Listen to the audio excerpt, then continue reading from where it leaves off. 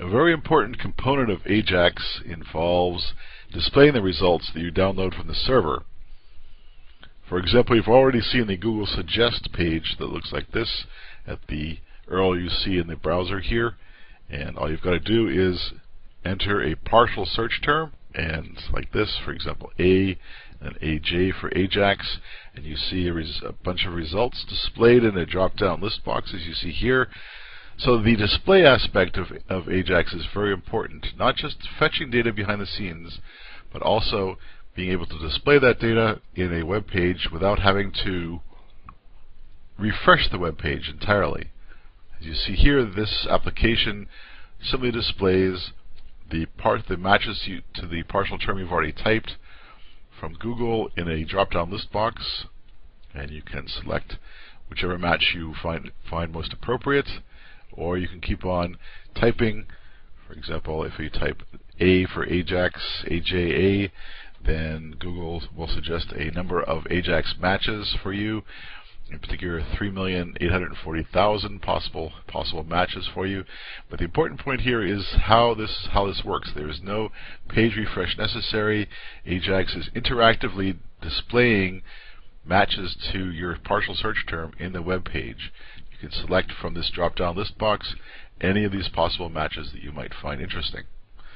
So that's an important part of Ajax, is that the web page is updated using the data downloaded from the server. And a drop-down list box is a very useful technique. It's only one possible technique used in Ajax applications. Here's another one. This is the Rico homepage. Rico is a very impressive package that lets you develop, among other things, Ajax applications. And here's an example. It's at this URL, as you see there. Here's an example, the Ajax Rolodex. If you select one of these names just by clicking it, then their Rolodex card will appear here where this text is now, automatically downloaded by using Ajax and using dynamic HTML techniques that we're going to see more about later on in this class.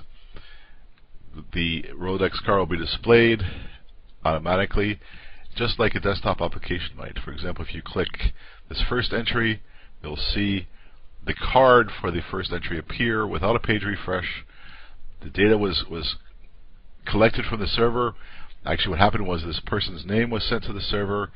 The data was collected from the server, recovered, and in JavaScript, the rest of the application uses JavaScript to display that data in a nice form, as you see here.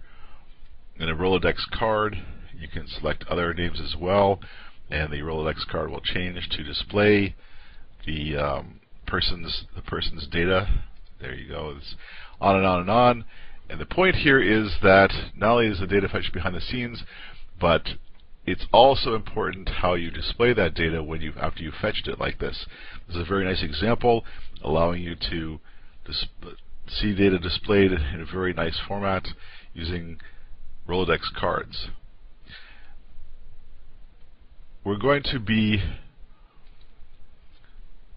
using Ajax ourselves and developing Ajax ourselves in a number of ways to handle the display of that data. This is a more rudimentary example that you've already seen, and when you click the display message button, the text, the fetch text will go here, is replaced with data fetched using Ajax techniques.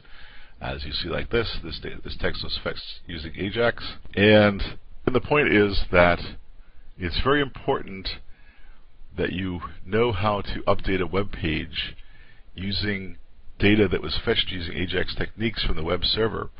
That's an important part of Ajax, and as a matter of fact,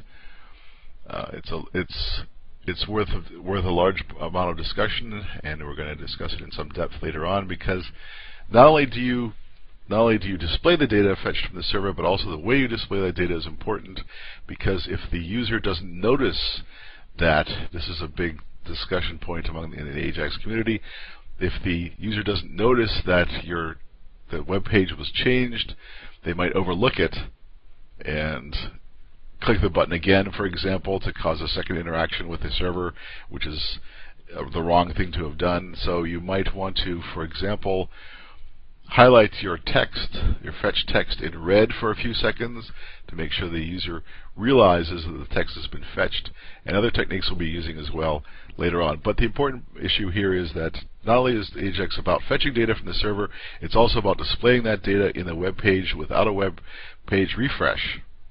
And so that's a topic we'll be discussing more and more as time goes on.